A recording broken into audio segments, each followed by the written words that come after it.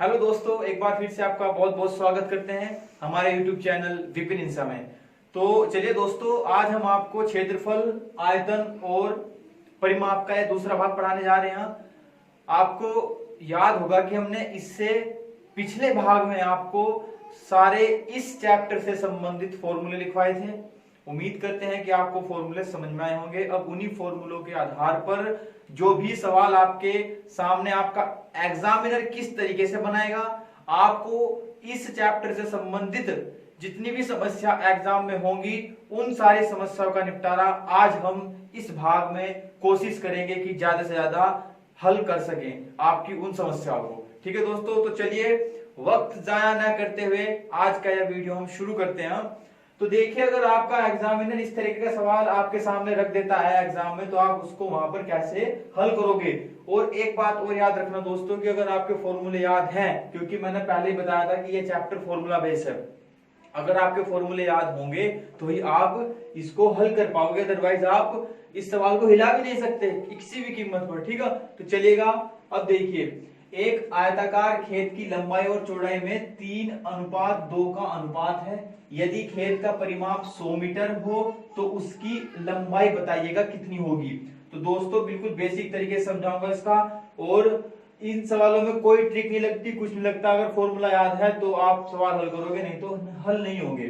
ठीक है, तो देखिएगा भाई, इसमें एक आयत है। इस तरीके से मैं फिगर बना के समझाता हूं आपको। ये आयत होता है, ठीक है। इसकी आमने सामने की भुजाएं बराबर होती है भाई। ठीक है, आयत की लंबाई दे दी, इसमें अनुपात दे रखा है 3:2 का। ठीक है, इसको 3x मान लो, इसको 2x मान लो। ठीक है, अगर इन जो इस चैप्टर में सवाल होते हैं ना अनुपात वाले, उनको एक ही राशि में हम मान लिया करते हैं। ठीक है, एक को 3x मान लिया, एक को 2x, यानी हमारी जो लंबाई है वो 3x होगी और जो चौड़ाई है हमारी वो होगी हमारी 2x। आयत का तो बताया था इसके बराबर होती है कि 3x ये तो ये भी 3x होगा, 2x ये तो ये भी 2x होगा। ठीक है, लंबाई मान दे दी 3x और 3x और चौड़ाई दे दी 2x। तो खेत का परिमाप जो दिया हुआ है भाई दोस्तों, परिमाप दिया हुआ है इसका 100 मीटर में। ठीक है, आपको यह पता होना चाहिए कि जो हमने आपको बताया था फॉर्मूला परिमाप का क्या होता है, 2 इंटू लंबाई प्लस के चौड़ाई। इसका मान कितना दिया हुआ है दोस्तों, लंबाई प्लस चौड़ाई का मान कितना दिया हुआ है, वो दिया हुआ है हमारा 100 मीटर का। ठीक, तो 2 से काटिएगा कितना आ गया 50। एल का मान लंबाई कितनी दे रखी 3x प्लस के चौड़ाई कितनी दी हुई है 2x इक्वल टू 50 है यहाँ पर। तो 3 और 2 कितना आ गया हमारा 5x, कितना 50। इससे कटिए कितना आ गया 10, यानी x बराबर 10 हो गया। तो x का मान 10 हो गया, तो x का मान यहाँ पे रख दीजिएगा, यानी 3 गुना x का मान 10 कितना 30 और 2 गुना 10 इक्वल टू 20। तो जो हमारी लंबाई होगी वो तो हो जाएगी हमारी पूरी यहाँ से यहाँ तक की 30 मीटर की, और चौड़ाई जो हो जाएगी यहाँ से यहाँ तक की हो जाएगी 20 मीटर की। ठीक है, तो जो उसने पूछा है वो बता देंगे। तो उसने पूछी इसकी लंबाई, तो दोस्तों जो लंबाई होगी इसकी, वो लंबाई क्या होगी हमारी 30 मीटर। ठीक है, तो इस तरीके के सवाल आपके सामने आएंगे। अगर उसमें लंबाई दे दिया और चौड़ाई दे दिया, यानी लंबाई, अगर यहां से मैं आपको कहूं कि इसका लंबाई और क्षेत्रफल बताइएगा। ठीक है, आयत में अगर आपको कह दे कि इसकी लंबाई और इसका जो है क्षेत्रफल बताइएगा, तो हमारे पास लंबाई कितनी आई 30 मीटर की, चौड़ाई हमारे पास कितनी आई 20 मीटर की। तो इसका क्षेत्रफल बताना है दोस्तों आयत का। आयत की बात चल रही है, आयत का क्षेत्रफल कितना होता है लंबाई गुना चौड़ाई, तो यानी 30 गुना 20 अर्थात 600, यानी 600 मीटर स्क्वायर उसका क्या हो जाएगा क्षेत्रफल। अगर क्षेत्रफल होगा तो इस तरीके से, परिमाप होगा तो इस तरीके से होगा, फॉर्मूले का आधार पर बिल्कुल, क्योंकि फॉर्मूला आपके याद होगा तो तभी आप इसको हल कर पाओगे सरलता से, अदरवाइज ये हल नहीं होगा। तो इस तरीके से आपको वो हल करना है। तो चलिए दोस्तों, चलिएगा दोस्तों, देखिए इस तरीके सवाल वहां पर आप कैसे हल करोगे कि किसी वर्गाकार खेत की भुजा 45 मीटर है, तो खेत का क्षेत्रफल बताइएगा। ठीक है दोस्तों, तो मैं उम्मीद करता हूं कि मैं एक ही सवाल से आपको जितने भी टाइप के सवाल बन सकते हैं उस आकृति के वो समझाने का प्रयास करूंगा, जैसे कि मैंने पिछली आकृति में आपको किया, भले सवाल में कुछ भी दिया हो उसमें। देखो भाई, एक वर्ग है, ठीक है दोस्तों, ये वर्ग वर्ग की पहचान क्या होती है, सारी भुजाएं ये आपस में बराबर होती है। इसकी भुजा दे दी 45 की, 45 मीटर, यानी ए मान ली हमने भुजा इसकी, तो ए हो जाए 45 मीटर दी हुई भाई दोस्तों, ठीक है। अब उसका क्षेत्रफल बताया, आप बताना है वर्ग, यानी वर्ग का क्षेत्रफल। दोस्तों जिसके फॉर्मूला है ना वो चुटकी में कर देगा उसको हल। वर्ग का क्षेत्रफल होता है ए स्क्वायर, ए मतलब भुजा स्क्वायर, तो यानी भुजा स्क्वायर मतलब 45 का स्क्वायर, यानी 45 का स्क्वायर मतलब 45 गुना 45, पंजे पंजे 25 और 4 एक 5 एक 20, यानी 20-25 मीटर स्क्वायर इसका वर्ग का क्षेत्रफल हो जाएगा, ठीक है। तो इस तरीके से क्षेत्रफल, अगर वर्ग में क्षेत्रफल पूछा इसने तो 20-25 हो जाएगा। अगर भुजा यही दे रखी 45 और इसने आपका वर्ग, इसका वर्ग का परिमाप पूछ लिया, ठीक है।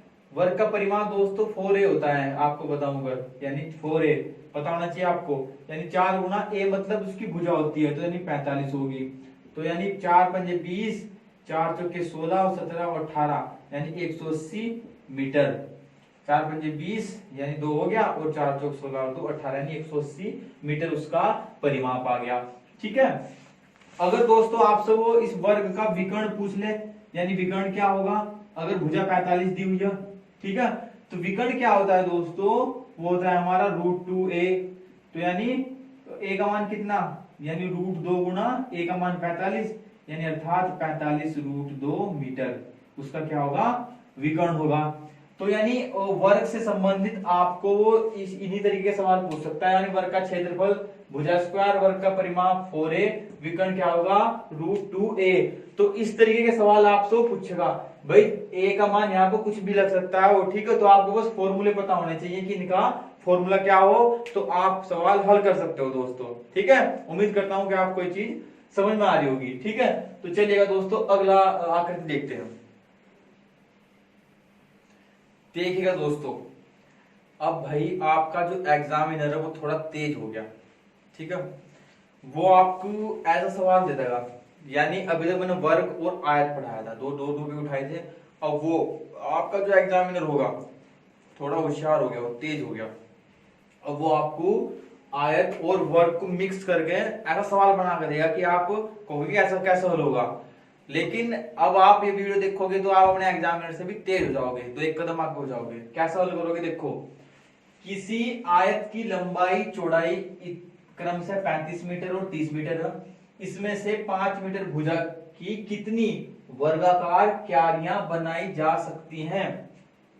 तो दोस्तों सबसे पहले तो मैं आपको एक बात बताऊं, इसकी आकृति समझो कि कहना क्या चाह रहा है भाई। आपको ये कहना चाह रहा है, ये एक मान भाई एक वर्ग एक आयत है वो, इसकी ये 35 मीटर तो क्या है इसकी लंबाई है, और ये इसकी चौड़ाई जो है उसकी 30 मीटर है, ठीक है। थोड़ा सा कम कर लो, कभी आप वो तो उसके ऐसा लग रहा है एंगल ऐसा, अब बन गया, ठीक है। 35 मीटर का 30 मीटर का ये तो वर्ग कैसा बन गया। तो ये तो आयत हो गया एक। अब 5 मीटर भुजा की कितनी, यानी इसमें छोटी छोटी 5-5 मीटर की ना, 5-5 की, 5 मीटर या होगी हैं, अब भाई 5 मीटर या होगी, ठीक है भाई। तो ऐसे 5-5 मीटर की इसमें कितनी क्यारियां हम बना सकते हैं, वो भी वर्ग के आकार की, यानी 5 मीटर है तो यानी सारी भुजा बराबर 5-5 की होंगी इसकी, ठीक है दोस्तों। तो चलिएगा इसमें याद रखिएगा, चाहे वो क्यारियों की संख्या पूछ ले, चाहे वो गोलियों की संख्या पूछ ले, ऐसा सवाल हम पूछता है, चाहे वो शंकुआकार आइसक्रीम होती है उनकी संख्या पूछ ले, इस तरीके के सवाल भी आपके सामने आएंगे, वो कराऊंगा मैं। यानी किसी भी तरीके की वो आपसे संख्या पूछ ले कि हाँ सुनो, यानी 2 आकृति घन घनाभ की दे देगा, है ना, या फिर वर्ग और आयत की दे देगा, या फिर शंकु की दे देगा और गोले की दे देगा, इस टाइप से जो भी देखो, किसी की भी संख्या पूछते हैं तो यानी इसमें फिलहाल इसमें क्या की संख्या पूछी हुई, तो संख्या निकाल लेना वो। तो ये फॉर्मूला आपने याद रखना है, संख्या बराबर, यानी जो अगर क्षेत्रफल वाली बात है, यानी बड़े स्थान का क्षेत्रफल है, और बटे छोटे स्थान का क्षेत्रफल, ठीक है। अगर बात आती है आयत और यहाँ पर इसकी क्या नाम वर्ग की, ठीक है, तो ये इनका क्षेत्रफल लगेगा, ठीक, यानी अधिकतम क्षेत्रफल कितना घेर सकता है, ठीक। और अगर बात आती है शंकु की और आपके गोले की, तो शंकु के और गोले के में उनका लगता है फिर आयतन, ठीक है, क्योंकि आयत का आयतन नहीं होता है और ना ही वर्ग का आयतन होता है। इनका तो अधिकतम क्षेत्रफल जो हो वो क्या होता है, उसका क्षेत्रफल हो, या लेकिन शंकु में अधिकतम उसका स्थान जो घेरता है एरिया, वो उसका आयतन होता है, ठीक है। तो आयतन में उनमें आयतन लगेगा, यानी जिन जिन आकृतियों में आयतन यूज होता है उसमें आयतन लगाते हैं, अदरवाइज जिसमें क्षेत्रफल यूज होगा उसमें हम क्षेत्रफल लगाते हैं। तो इसमें फिलहाल क्षेत्र संख्या निकाल ले तो हम क्षेत्रफल लगाएंगे, यानी बड़े स्थान का क्षेत्रफल। बड़ा स्थान हमारे पास क्या है, बड़ा स्थान हमारे पास एक आयत है, आयत है ना बड़ा स्थान। तो आयत की जो लंबाई दे रखी कितनी दे रखी, 35 मीटर की, और दोस्तों चौड़ाई कितनी दे रखी उसकी 30 मीटर की, ठीक है। छोटा स्थान क्या हमारे पास में, वर्ग का, यानी वर्ग जो होगा छोटा स्थान होगा वर्ग, वर्ग का जो भुजा दे रखी ए वो 5 मीटर की दी हुई है सवाल के अंदर, तो बस इसको रखिएगा। बड़े स्थान का क्षेत्रफल यानी आयत का क्षेत्रफल क्या होगा, लंबाई गुना चौड़ाई। छोटे स्थान का क्षेत्रफल क्या होगा, भुजा स्क्वायर यानी भुजा गुना भुजा। लंबाई गुना चौड़ाई यानी 35 गुना 30 बटे भुजा यानी 5 गुना 5। 5 से काटेगा 5 छिक्के 30 और 5 सते 35, 7 छिक्के 42, यानी 5 मीटर भुजा की 42 क्यारियां बनाई जा सकती हैं, ठीक है। अगर इतना क्षेत्रफल वाला उसका एरिया दे रखा हो आयत का, इतना 35 मीटर और 30 मीटर का। तो इस तरीके से आपको किसी की भी संख्या निकालनी हो तो वो ऐसे यूज करते हैं। बस याद रखिएगा, अगर जिन आकृतियों में हम आयतन निकाल सकते हैं उसमें हम इनमें बड़े क्षेत्र का आयतन बटे छोटे क्षेत्र का आयतन, और अगर क्षेत्रफल निकाल सकते हैं तो बड़े क्षेत्र का आयतन बटे छोटे क्षेत्र का आयतन, ठीक है। ये इसमें आपको याद रखने वाली बात है, ठीक है। तो इस तरीके से करना है। तो चलिएगा अगला सवाल देखते हैं दोस्तों। तो दोस्तों देखिएगा, अब आपका अगर एग्जाम में ऐसा सवाल आपके सामने रखता है तो आप उसको कैसे हल करोगे कि किसी वृत्त की परिधि 44 सेंटीमीटर हो तो उसका क्षेत्रफल बताओ कितना होगा। ये सरल सवाल है बिल्कुल, ये भी अगर फॉर्मूले बताएं आपको तो आराम से हो जाएगा। भाई वृत्त है हमारा, आपको बताऊं वृत्त क्या होता है, ये इस टाइप का वृत्त हो ना, ये इसकी त्रिज्या होती है r, इसमें परिधि दी हुई, परिधि ये इसकी होती है जहां वो घूमता है बाहरी आवरण, यानी जो वृत्त की परिधि, हमारी जो परिधि है वो कितनी दी है, वो दी इसने 44 सेंटीमीटर। वृत्त की परिधि हमारी क्या होती है, 2 पाई r हो, फॉर्मूला पता होना चाहिए तभी हल होगा भाई। ये वृत्त की परिधि हमारी 2 पाई r होती है, वो दे रखी इसने 44। पाई का मान मैंने बताया था कि स्पेशल बोल लेगा तो वो 22/7। अगर वो स्पेशल किसी सवाल में दिया हुआ है कि पाई का मान 3.141 रखेगा तो तब आपने ये यूज करना है। अदरवाइज अगर वो किसी भी सवाल में ये नहीं देता कि पाई का मान हमें क्या रखना, तो वहां पर 22/7 यूज करिएगा। अगर वो देता है कि 3.141 करना तो फिर वो मजबूरी रखना पड़ेगा, लेकिन अगर मजबूरी नहीं है तो 22/7 यूज करना। तो 2 गुना 22/7 गुना r = 44, ठीक है। तो इसको हल करिएगा, यानी r बराबर 44 गुना ये इसके बट्टे में ना, तो जब अगर कोई संख्या बट्टे में हो तो बराबर से इधर जाते हो तो वो उसकी गुणा में पहुंच जाती है, और बटे 22 दूनी कितना, जो अगर गुणा में तो बराबर से जाते हो बट्टे में 22 दूनी 44, ठीक है। तो 44 से 44 कट गया, यानी r बराबर 7 सेंटीमीटर। 7 सेंटीमीटर r क्या होती है हमारी त्रिज्या हो, तो यानी किसी वृत्त की जो त्रिज्या हो r का मान 7 सेंटीमीटर आ गया दोस्तों। तो 7 सेंटीमीटर उसका क्षेत्रफल बताना है। तो हमारे पास वृत्त जो होता है वृत्त का क्षेत्रफल क्या हो दोस्तों, वृत्त का पाई r स्क्वायर होता है। तो पाई r स्क्वायर, पाई का मान 22/7 होता है, r का मान 7 का स्क्वायर, यानी 7 का स्क्वायर ऐसा हो गया।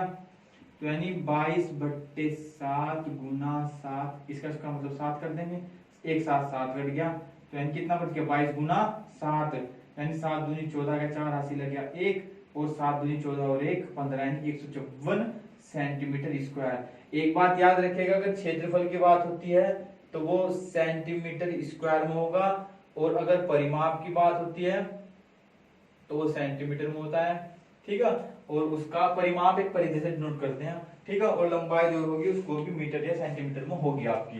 तो अगर आपके सामने वृत्त से संबंधित आता है तो ये दो टाइप के सवाल हैं, ऐसे ही पूछेगा आपको और आपको हल करा लेगा इस तरीके से सवाल, ठीक है दोस्तों। तो याद रखिएगा ये भी एक तरीका होता है वृत्त के सवाल को हल करने का। तो चलिए अगला सवाल देखते हैं दोस्तों, ठीक है। तो देखिएगा दोस्तों, अगर आपका एग्जामिनर ऐसा सवाल देगा, क्योंकि आपका एग्जामिनर बहुत तेज हो गया, देखो इस सवाल में कैसा हो गया कि इसमें 18 सेंटीमीटर लंबाई और 14 सेंटीमीटर चौड़ाई के आयत में बने बड़े से बड़े वृत्त का क्षेत्रफल बताइएगा। तो इसमें आपका एग्जामिनर तेज कैसे हुआ कि उसने आयत भी दे दिया और वृत्त दे दिया, यानी आयत और वृत्त दोनों मिक्स कर दिए। ठीक है, तो ऐसा सवाल वहां पर आप कैसे हल करोगे अगर आपके सामने आ जाता है। आप ये चीज सोच रहे हो कि चैप्टर का नाम क्षेत्रफल, आयतन और परिमाप।